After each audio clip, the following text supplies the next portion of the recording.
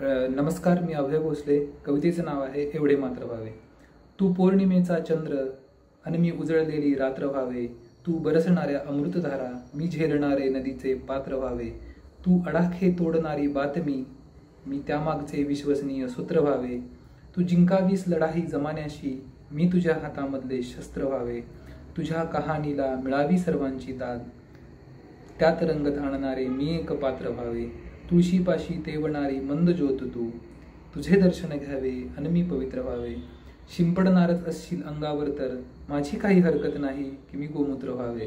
निळ्या रेषांच्या निगराणीची मजला गरज नाही, मी तुझ्या उशी खालचे गुलाबी पत्र व्हावे.